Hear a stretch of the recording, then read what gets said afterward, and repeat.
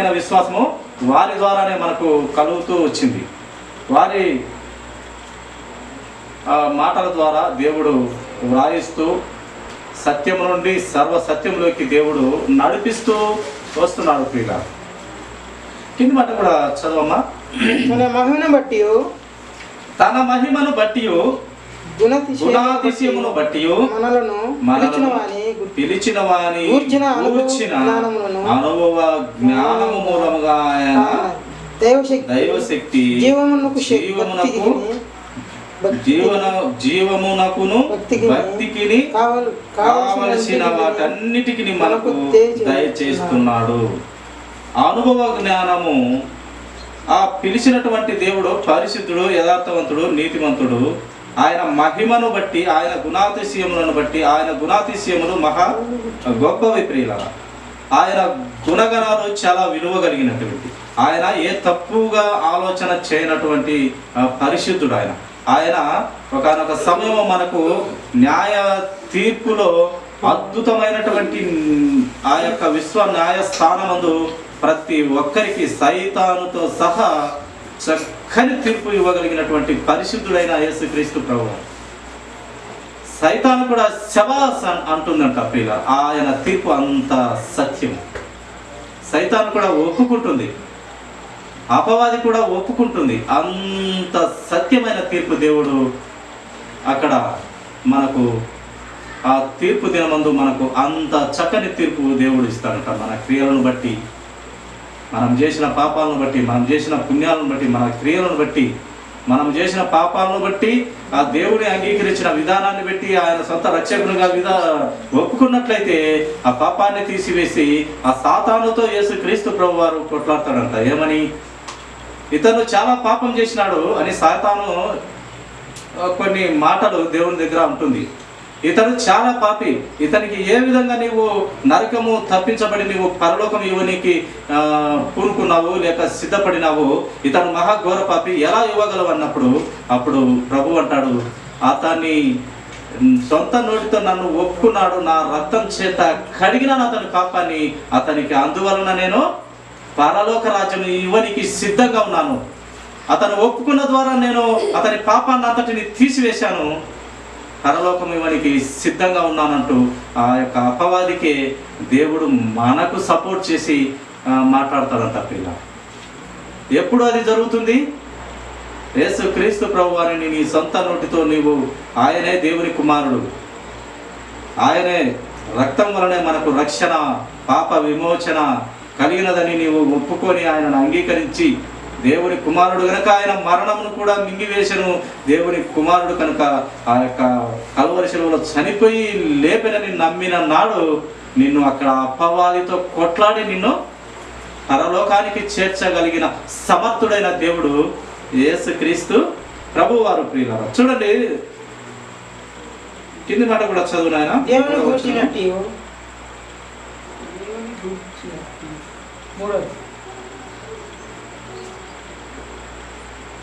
మూడవ వచనం చదువు. దేవుని గూర్చినట్టు మన ప్రభువైన యేసుక్రీస్తును గూర్చినట్టునైనా అనుభవ జ్ఞానము వలన మీకు కృపయు సమాధానమును విస్తరించును గాక. ఇక్కడ ఈ యొక్క పేతురు గారు 2వ పత్రికలో రాయిస్తున్నాడు, పరిశుద్ధాత్మ దేవుడు రాయిస్తున్నాడు, అనుభవ జ్ఞానము రావాలంట ప్రియులారా. మన అందరికి విశ్వాసులకి అనుభవ జ్ఞానం రావాలి, సత్యమును గురించిన అనుభవ జ్ఞానం రావాలి. ఎప్పుడు మనము తినుతూ త్రాగుచు ఈ లోక సంబంధమైన ఆలోచనలు చేయకుండా దైవ సంబంధమైన ఆత్మీయ సంబంధమైన ఆలోచనలు చేస్తూ అనుభవ జ్ఞానము పొందుకోవాలి. ఒక ప్రార్థన చేసినప్పుడు దేవునితో మాట్లాడుతూ ఆ దేవుని సహవాసంలో ఉంటూ విశ్వాసం అనే నమ్మకమును గట్టిగా పట్టుకుంటూ ఓర్పు కలిగి, పట్టుదల కలిగి, నిరీక్షణ కలిగి, ప్రార్థన కలిగి, దేవునికి దగ్గరగా ఉంటూ దేవునితో నాతో మాట్లాడుతున్నాడంటూ విశ్వాసం కలిగి అలాంటి అనుభవ జ్ఞానం నీకు రావాలి. దేవునితో సహవాసము నీకు పర్ఫెక్ట్గా రావాలి. దేవునితో అనుబంధము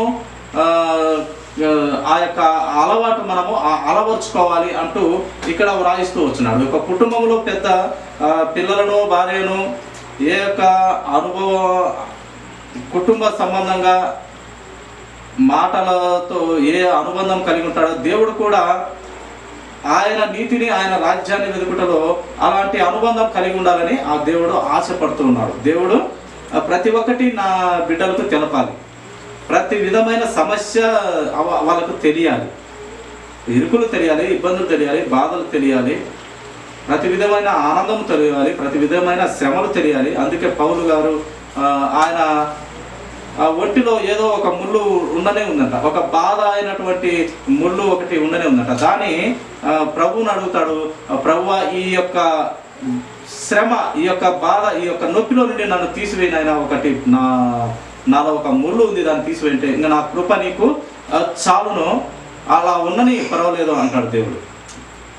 ఆయన ఎన్నో శ్రమను అనుభవించినాడు, అయినప్పటికీ ఒక చిన్న శ్రమ ఆయనలో పెట్టేసినాడు అపోస్తలుడు గారైనటువంటి పౌలు గారిలో. ఎందుకు అలా పెట్టినాడంటే నీకు సమస్తము నీకు ఆశీర్వాదమే ఇస్తే, సమస్తము నీకు ఈ యొక్క లోకంలో జరిగేటువంటి ఈ యొక్క అన్యాయం అయితేనే, ఈ యొక్క శ్రమలు, బాధలు, ఇరుకులు ఇవి నీకు తెలియకుండా పోతే నీకు ఏమి అనుభవం వస్తుంది, ఏమి జ్ఞానం వస్తుంది? అన్నీ తెలిసి ఉండాలి. శ్రమలు, ఇరుకులు, ఇబ్బందులు, బాధలు, ఆనందము, సంతోషము, దుఃఖము, రౌద్రము, విపరీతమైనటువంటి బాధ, కుటుంబంలో వ్యక్తులు సరిపోతే ఎంత బాధ, అన్నీ పెడతాడు దేవుడు. మరణంతో సహా దేవుడు మనకు అన్నీ పెడతాడు. మరణం ద్వారా కూడా మనకు కొంచెము మనకు బుద్ధి జ్ఞానం నేర్పుతాడు. ఆ కుటుంబ బిడ్డలకు ఎంతో కృంగిపోతారు. ఆ కృంగిపోయినప్పటికీ దేవుడు వాక్యం ద్వారా మళ్ళీ వారిని ఆదరిస్తారు.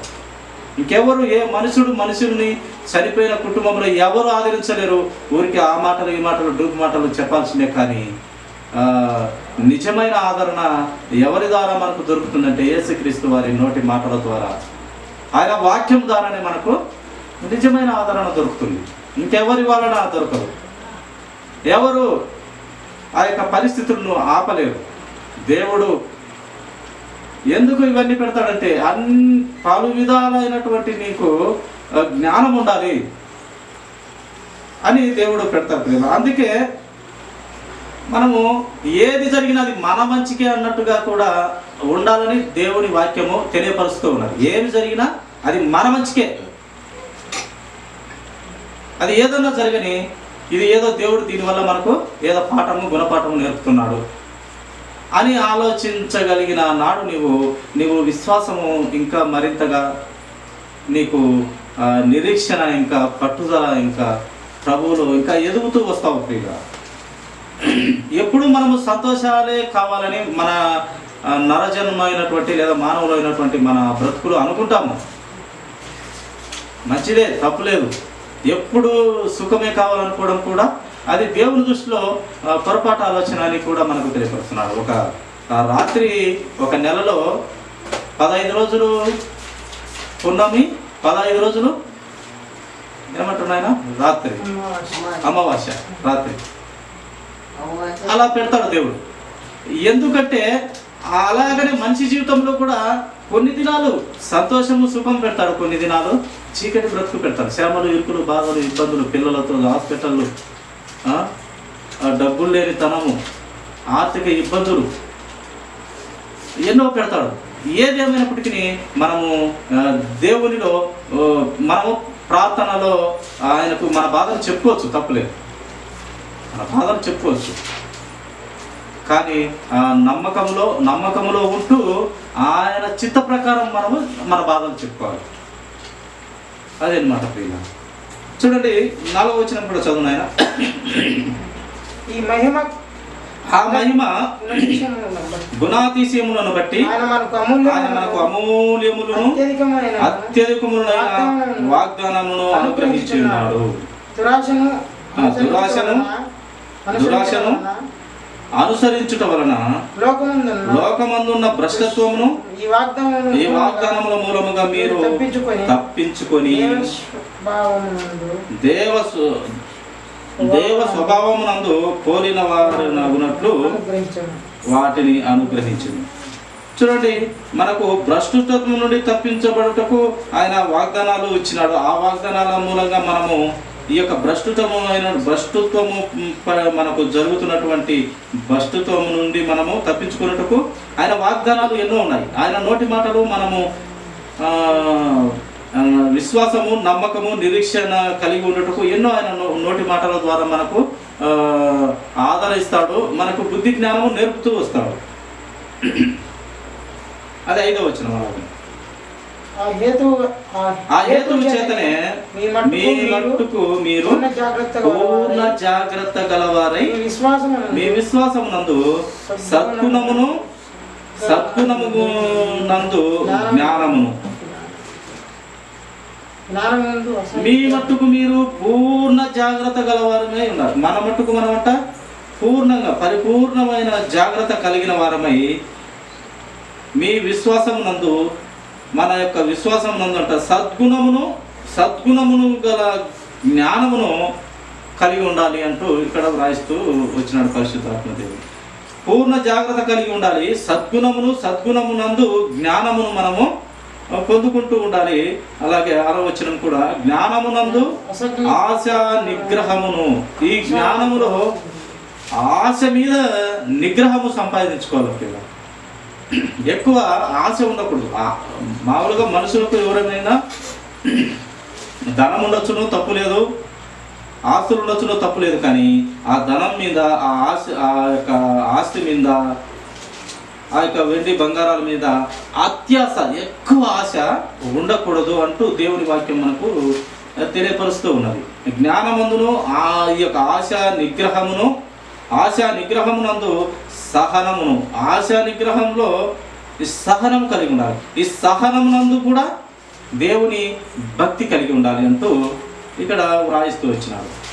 సహనంలో కూడా ఎన్నో, ఇప్పుడు యోబు గారు ఎన్ని అవస్థలు, ఎన్ని బాధలు, ఎన్ని ఇరుకులు, ఇబ్బందులు, ఆయన ఎంత ఆస్తిపరుడు, ఎంత ఆయనకు పట్టు కలిగినటువంటి వాడు. ఈ శరీరం ఏముంది, ఆయన ఇచ్చినాడు, మళ్ళీ తీసుకుంటాడు, మళ్ళీ తాట ఇస్తే తప్పడని రుచి చూసినటువంటి వాడు. అందుకే అబ్రహాం ఒక్కగానొక కొడుకును ఇవ్వంటే వెనుకదీక ఏనికి సిద్ధపడినాడు, కత్తి ఎత్తి నరకనికి సిద్ధపడినాడు. ఇది నమ్మకము, విశ్వాసము, నిరీక్షణ, పట్టుదల. అది దేవుని మీద ఉన్నటువంటి వివరించలేని మహా గొప్ప ప్రేమ. ఆ నమ్మకము, విశ్వాసము, పట్టుదల ప్రేమ. ఆ పట్టుదల, విశ్వాసము నీకు నాకు అందరికీ ఉండాలనే ఈ యొక్క గొప్ప భక్తులను మనకు దేవుడు గ్రంథమునందు పరిశుద్ధాత్మ ప్రేరణ ద్వారా మనకు మాదిరికరంగా ఈ యొక్క గ్రంథంలో దేవుడు వారి జీవితాలను పెట్టినాడు. వారిలాగా ఉండమని, వారి మాదిరి చూసి నేర్చుకోమని. భక్తులు ఉన్నారు, ఎంత భయభక్తులు కలిగి ఎంత చక్కగా నడుచుకున్నారు గమనించు నా ప్రియ సహోదరుడా, సహోదరి, నా కుమారుడా, కుమార్తె అంటూ వారి జీవితాలను గ్రంథంలో పెట్టి మన ముందు చూపిస్తున్నాడు, ఒక మాదిరి చూపిస్తున్నాడు. అలాగే యేసుక్రీస్తు వారి జీవితాన్ని కూడా చక్కని మాదిరి మన కళ్ళ ముందు పెట్టినాడు. ఎన్ని పెట్టినాడు, ఒక మనిషి మారాలని దేవుడు ఎంత ప్రేమ కలిగి ఉన్నాడు. చనిపోయిన తర్వాత చాలా జీవితం ఉన్నదని ఎంత ప్రేమ కలిగి దేవుడు మనకు ఎంతమంది భక్తుల జీవితాల సారాంశాన్ని బైబిల్ గ్రంథంలో పెట్టినాడంటే, అన్నము ఉడికిందా లేదా అని ఒక్క మెతుకు చూస్తే చాలు, అంత ప్రతి మెతుకు విశ్వాసిన పని లేదు. ఒక క్రైస్తవుడిగా ఒక్క భక్తుని జీవితంలో సారాంశం తెలుసుకుంటే సార్ అంతే. ఇంకా ఆయన పాదాల చెంత మహాభక్తిగా ఉండిపోతాము. నిజమైన క్రైస్తవుడు ఒక్క మెతుకు, ఒక్క ఆయన ఆలోచన నీవు అర్థం చేసుకున్నట్లయితే చాలు ప్రియులారా. కుండలో ఉన్న అన్నము మెతుకులన్నీ పిసుకాల్సిన పని లేదు. ఒక్క మెతుకు దేవుని ఒక్క ఆలోచన నీవు గుర్తించినట్లయితే, ఒక్క ఆయన ప్రేమను నీవు గుర్తించినట్లయితే ఇంకా ఇంతమంది భక్తుల ఇంతమంది సాక్షి సమూహాలు అవసరం లేదు. ఒక్క సాక్షి చాలు మనకు. పౌలు గారు లాంటి ఒక్క సాక్షి చాలు. యేసుక్రీస్తు లాంటి ఆ మాదిరికరమైన జీవితం చాలు. ఎంతోమంది భక్తులు భయంకరంగా దేవుడు మహాభక్తులను గ్రంథంలో వ్రాయించినాడు. ప్రతి ఒక్కరి ద్వారా మనకు బుద్ధి జ్ఞానము నేర్పుటకే మనము దేవుని వైపు తిరుగుటకే ఆయన దేవుని తాపాత్రయము, ఆయన ప్రేమ, ఆయన ప్రణాళిక, ఆయన ప్రత్యక్షత కలిగి ఉన్నాడు. ఇదో ఈ భక్తురాల ద్వారా ఈ ఒకరు మారచ్చేమో, ఇంకొక భక్తుడి ద్వారా ఇంకొకరు ఆలోచన కలిగి మారచ్చేమో. ఏ వాక్యము ఎవరిని పట్టుకుంటుందో, ఎవరిని మారుస్తుందో మనకు తెలియదు. అది దేవుడు అందుకే ఒక్కొక్కరిలో ఒక్కొక్క జ్ఞానాన్ని, ఒక్కొక్క ప్రవక్తలో ఒక్కొక్క రకమైన జ్ఞానాన్ని పెట్టినాడు. ఏ జ్ఞానం చేత ఎవరు మార్చబడతారో అనేసి దేవుడు ఎన్నో రకాల అయినటువంటి జ్ఞానాన్ని భక్తుల జీవితాలలో పెట్టి మనిషి మారాలి, మార్పు కలిగి జీవించాలి, నిజ దేవుని ప్రేమను కనుగొనాలి, ఆయన ఆలోచనలు, ఆయన ఉన్నతమైన ఆలోచనలు, ఆయన ప్రత్యక్షతలు, ఆయన ప్రణాళిక తెలుసుకోవాలని భక్తులు మనకు గ్రంథంలో చక్కగా రాయించినట్టుగా. ఇంత గొప్ప సాక్షి సమూహం ఉంది బైబిల్ గ్రంథంలో. ఎంతోమంది భక్తులు మనకు గొప్ప సాక్షి సమూహం ఉంది. ప్రతి ఒక్కరి జీవితం చదువుకున్న మన హృదయం కరిగిపోవాలి, ఆలోచన రావాలి, ప్రభు వైపుకి తిరగాలి. ఎన్ని రోజులు మనం తిని తాగి పెళ్లి చేసుకుని పిల్లలు పుట్టించి ఒక సమయానికి ఒక వృద్ధాప్యం ముందు మనం చనిపోవాల్సిన వారిమే, ఏదో 5-10 ఆ పిల్లల చేతులు పెట్టి పోవాల్సిన వారిమే. ఎవరు ఏమీ ఎత్తుకొని పోయేది లేదు, ఒక పూచిక పల్లె కూడా తీసుకొని పోయలేదు. ఏ ఒక చిన్న ఉంగరమైన ఒక ఏలికి బంగారం ఉంగరం పెట్టి ఎవరు గురుస్తారా? ఖర్చుల కన్నా వచ్చదని ఆయన పెట్టెకి వచ్చది, లేక దినానికి వచ్చది అనేసి అది కూడా తీసుకుంటారు. ఏమీ ఉన్నాయో కనుక ఏమి తీసుకోపోలేము. ఏమి తీసుకోపోతామంటే మనము బ్రతికిన బ్రతుకు తీరు, మన ప్రవర్తనతో, ఈ లోకంలో బ్రతికిన ప్రవర్తనతో ఆ క్రియలు ఉంటాయి కదా, ఆ క్రియలు తీసుకొని పోతాం. మనం అవే తీసుకుపోయింది. మనం బ్రతికిన బ్రతుకు క్రియలు మన ఆత్మ మోసుకొని పోతుంది దేవుని సన్నిధికి, మూట కట్టుకొని తీసుకుపోతుంది. అవే ఇంకేం బంగారు తీసుకోపోదు, వెండి తీసుకోపోదు, వస్త్రాలు తీసుకోపోదు, ఏం తీసుకోపోదు. ఆయన ఇచ్చినటువంటి ఆత్మకు మనం బ్రతికిన ఈ భూలోకంలో ఆ క్రియలు, అవి మంచియా చెడ్డ, దేవుడికి లోబడి బ్రతికినవా, దేవుడి కోసం బ్రతికినవా, నీవు ఇష్టానుసారంగా నీవు బ్రతికినవా, దేవుడిచ్చిన జీవితానికి, దేవుడు తయారు చేసిన తల్లి గర్భంలో, ఆయన చేతులతో తయారు చేసిన నీ యొక్క పిండాన్ని తల్లి గర్భంలో దేవుడు తయారు చేసి అక్కడ నిర్మించినాడు. దేవుడు నీ ద్వారా దేవుడు మహిమపరచబడాలనుకుంటున్నాడు. ప్రతి ఒక్క మనిషి ద్వారా దేవుడు ఘనపరచబడాలనుకుంటున్నాడు, మహిమపరచబడాలనుకుంటున్నాడు, ఆ స్తుతించాలి అనుకుంటున్నాడు. ఎందుకంటే ఆయన పరిశుద్ధుడు, నీతివంతుడు, న్యాయవంతుడు, ప్రతి ఒక్కరికి మంచి కోరే దేవుడు. కనుక ఆయన ఈ యొక్క ఆయన స్వరూపంలో ఆయన బిడ్డలుగా చేసిన ప్రతి ఒక్కరు దేవుణ్ణి స్తుతించాలి అనేది ఆయన ఆలోచన. ప్రియులారా, అందుకే మనము పుడుతున్నామంటే అది దేవుని సంకల్పంలో భాగమే. ఏదో మన తల్లిదండ్రులు శారీరకంగా ఒకటైనంత మాత్రాన మనము పుట్టట్లేదు. ఎంతోమంది పెళ్ళిళ్ళైన వారికి ఎంతోమంది పిల్లలు కలగట్లే. ఎందుకంటే వారు శారీరకంగా ఒకటవుతున్నారు, ఎన్నో సంవత్సరాలుగా బాగానే ఉంటున్నారు, కానీ పిల్లలు దేవుడిచ్చు బహుమానం. దేవుడు ఇవ్వాల్సిందే, చెట్ల పోయి కోసుకున్నట్టు మనం కోసుకునేదానికి లేదు. దేవుడిచ్చు బహుమానం. అది దేవుడిచ్చు బహుమానాన్ని మనము పుచ్చుకోవాలంటే మన ప్రవర్తన, మన క్రియలు కరెక్ట్గా ఉన్నట్లయితే దేవుడు ఒకానొక సమయం నిన్ను హెచ్చిస్తాడు, ప్రేమిస్తాడు, గర్భఫలం ఇస్తాడు, ఇంకా నిన్ను ఆస్తిపాస్తులకు కర్తలను కూడా చేస్తాడు. నా బిడ్డలను నేను అడుగు తినే వారిని చేయను, తోకగా పెట్టను, తలగా పెడతానన్న దేవుడు నిన్ను అన్ని రకాలుగా ఆయన ప్రేమించి నిన్ను ఉన్నత స్థితిలోనే పెట్టడానికి దేవుడు ఆలోచన కలిగి ఉన్నాడు. ప్రియులారా, కాబట్టి మన బ్రతుకు దేవునికి ఇష్టంగా ఉండాలనే దేవుడు చెప్తున్నాడు. అందుకే మనల్ని పుట్టించినాడంట. ప్రియులారా, 7వ వచనం చదువునాను. అదే 2వ పేతురు 1వ వచనం 7వ వచనం. భక్తి యందు సహోదర ప్రేమను, సహోదర ప్రేమ యందు దయను అమర్చుకునుడి. భక్తి యందు సహోదర ప్రేమ ఉండాలంట, సహోదర ప్రేమ యందు దయ ఉండాలి.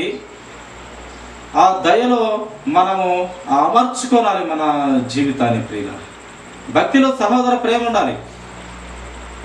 సాటి సహోదరుని, ఇరుగు పొరుగు వారిని ప్రేమపూర్వకంగా పలకరించడమే కాదు, వారి మీద చాడులు చెప్పడము అలాంటివి కాకుండా సహోదర ప్రేమ, ఈ ప్రేమ లేకుంటే ఇంకా సర్వస్వము వ్యర్థమని దేవుని మాటగా మనకు తెలియపరుస్తున్నాడు. సహోదర ప్రేమ యందు దయ కూడా ఉండాలి, కనికరం ఉండాలి. ధనవంతుడు ఆ పేదవాని ఎడల కనికరము చూపనందున అతడు పాతాళానికి వెళ్ళినాడు.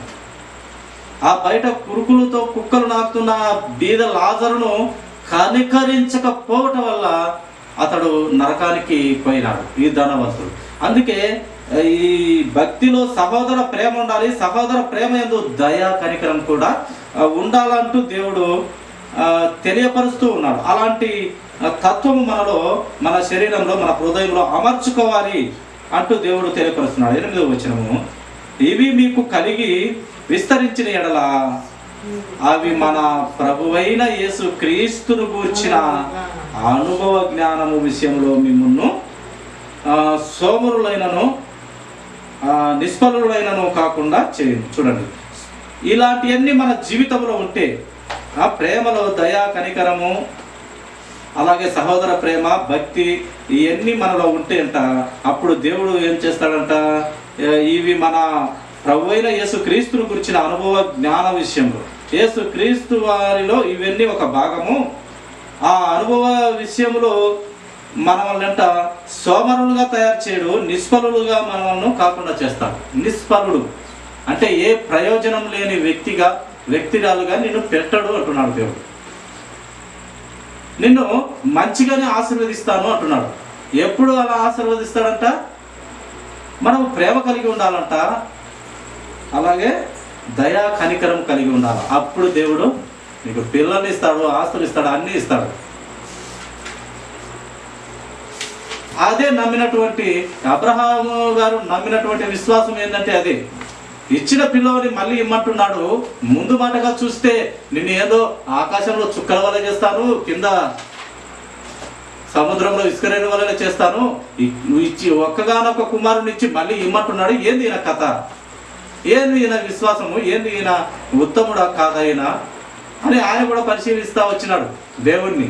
దేవుడు అబ్రహాం పరిశీలించినాడు.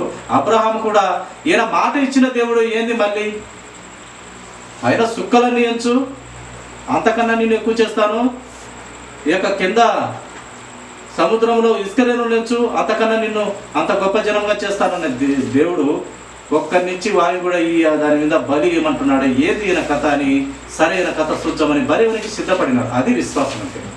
అందుకు ఆయన విశ్వాసులకు తండ్రి అయిన.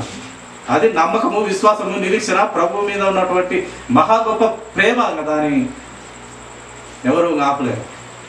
అది అబ్రహాం చేసినారు, అదే విశ్వాసము యోబు గారు చేసినాడు.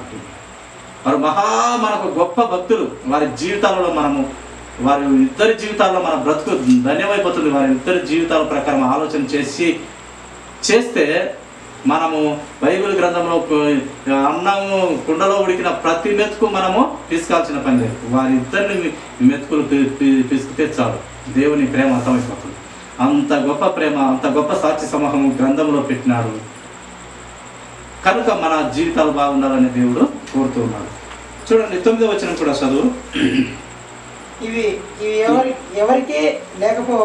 ఎవరికి లేకపోవును వాడు తన పూర్వ పాపములకు శుద్ధి కలిగిన సంగతి మర్చిపోయి గుడ్డివాడును దూరదృష్టి లేనివాడును అగును. చూడండి, ఏముండాలంటే దేవుడు కోరుతున్నాడు, మన హృదయంలో దయా కనికరం ఉండాలి, ప్రేమ ఉండాలి, దయా కనికరం ఉండాలి.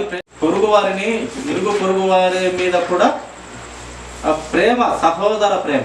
ప్రతి ఒక్కరిలో సహోదర ప్రేమ కలిగి ఉండాలి.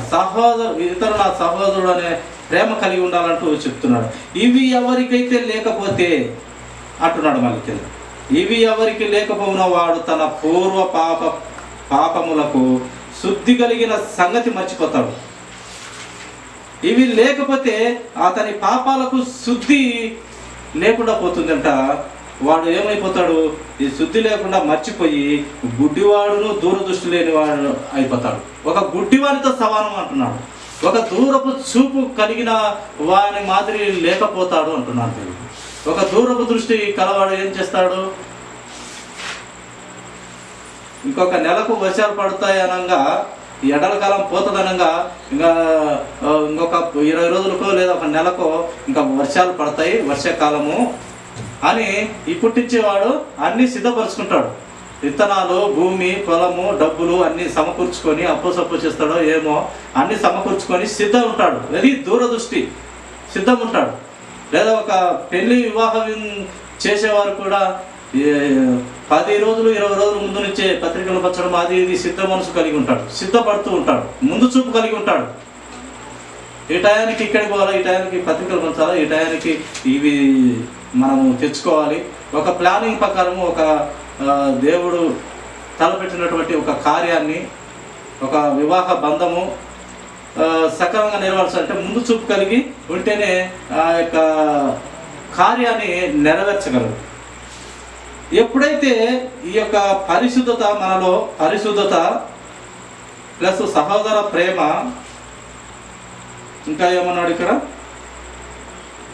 దయా కనికరము మనలో ఉండకుంటే వాడు గుడ్డివానితో సమానము, లేక దూరదృష్టి లేని వానితో సమానము అంటున్నాడు పిల్లల దేవుడు. కాబట్టి మనము గుడ్డివారి మాదిరి కాక, దూరదృష్టి లేని వారి కాక, దేవుని మాట ప్రకారము సహోదర ప్రేమ కలిగి ఉందాము, లేక ఒకరినొకరును అర్థం చేసుకుంటూ బ్రతుకుదాము, దయా కనికరము కలిగి ఉందాము. ఆ దయా కనికరము కలిగకుంటే ఈ యొక్క ధనవంతుడు ఆ పాతాళంలో వేదన పడాల్సిన పరిస్థితి మనకు వస్తుంది ప్రియుల. కాబట్టి దయా కనికరం అనేది చాలా అవసరం. మన కాడ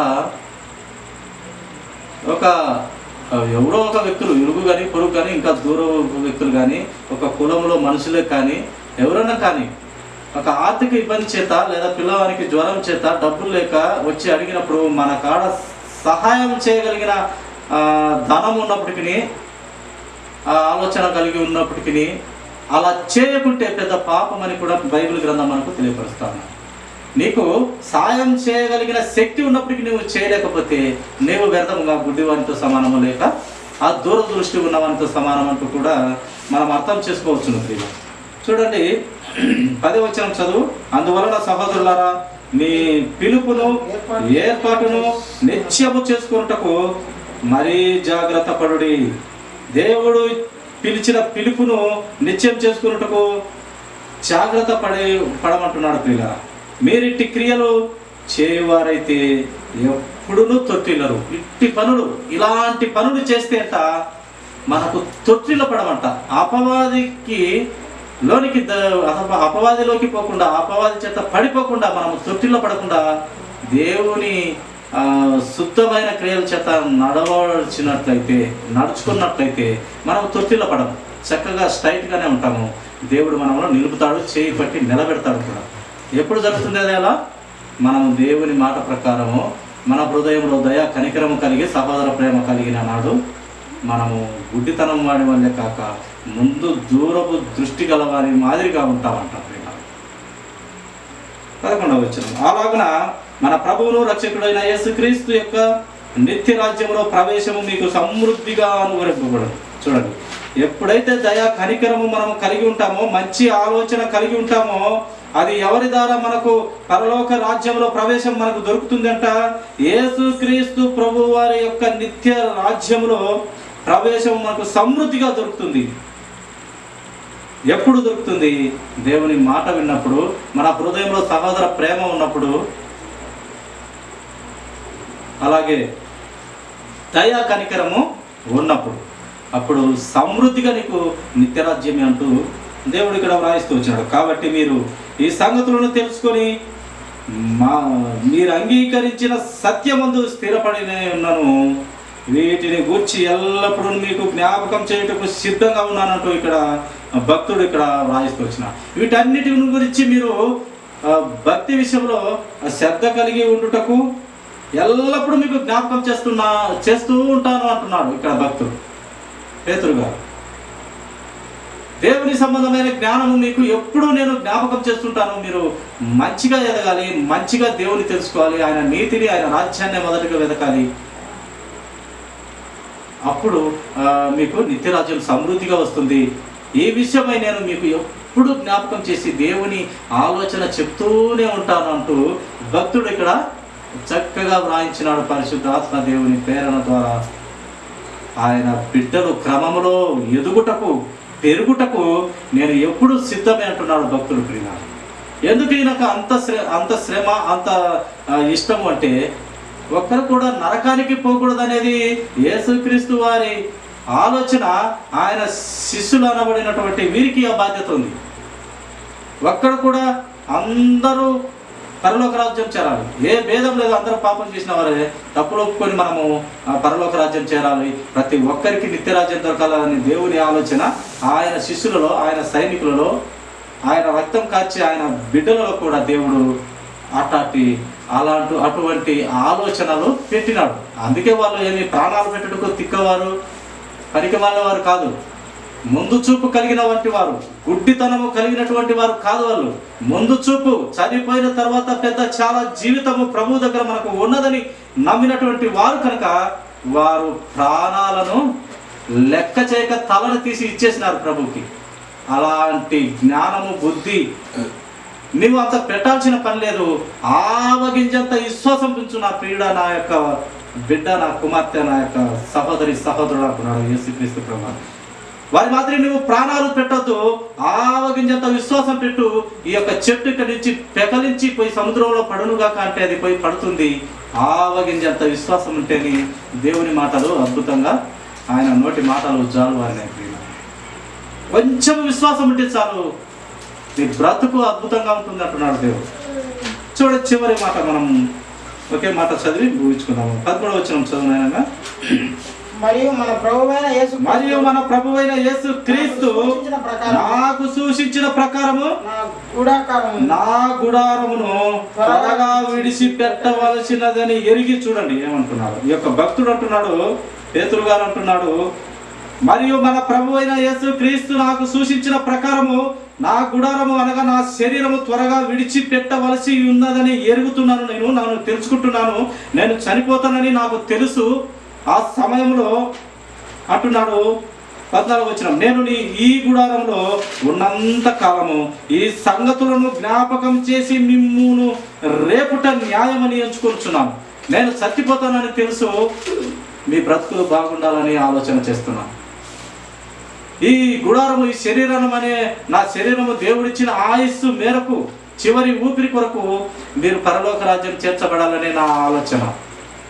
మీరు పరలోక తండ్రి యొద్దకు చేర్చబడాలి, ఆ పరిశుద్ధులలో మీరు కూడా ఒకరుగా నిలబడాలి అని నా యొక్క కోరిక. నా యొక్క చివరి ఊపిరిపోయేంత వరకు మీరు బాగుండాలి, మీరు పరలోక రాజ్యం చేరాలి, మీరు అపవాది చేత పడిపోకూడదు, నరకానికి చేర్చబడకూడదు, పరలోక రాజ్యం వెళ్ళాలని ఈ యొక్క దేవుని యేసుక్రీస్తు వారి ఆలోచన శిష్యులలో ఎంత చక్కగా కనపడుతున్నదో చూడండి. అందుకే అపోస్తలుడైన పౌలు గారు అంటారు, నేను నా మాదిరినే, నా జీవితం మాదిరి నేను బ్రతకలేదు, యేసుక్రీస్తు మాదిరి నేను బ్రతుకుతున్నాను. ఆయన మాదిరి ఆయనే నాలో ఉన్నాడు, ఆయన మాదిరి నేను బ్రతుకుతున్నాను, మీరు వచ్చేసి నా మాదిరి బ్రతకండి అన్నాడు. మీరు యేసుక్రీస్తు మాదిరి కాదు, నా మాదిరి బ్రతికితే యేసుక్రీస్తు మాదిరి బ్రతికినట్టే అంటూ ఆ మహాభక్తుడు గ్రంథంలో వ్రాయించినాడు. ఎంత భక్తి కలిగిన భక్తుడు ప్రియ.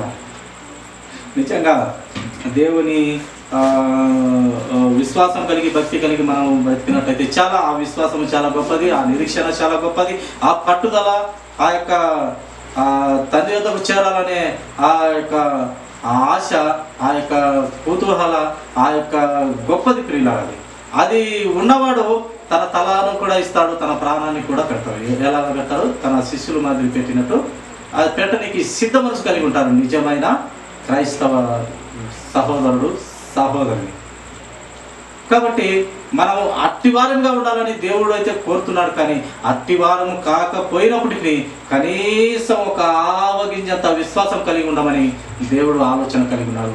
అలాంటి ఆలోచనలో ఉన్న మనము అందరము దేవుని ఆవగింజంత విశ్వాసమైన మనం సంపాదించుకున్నాము. ఈ కొద్ది మాటలు దేవుడు దీవించిన తలలో వచ్చినట్లయితే చిన్న ప్రార్థన. మహాగణుడమైన పరిశుద్ధుడమైన నీతి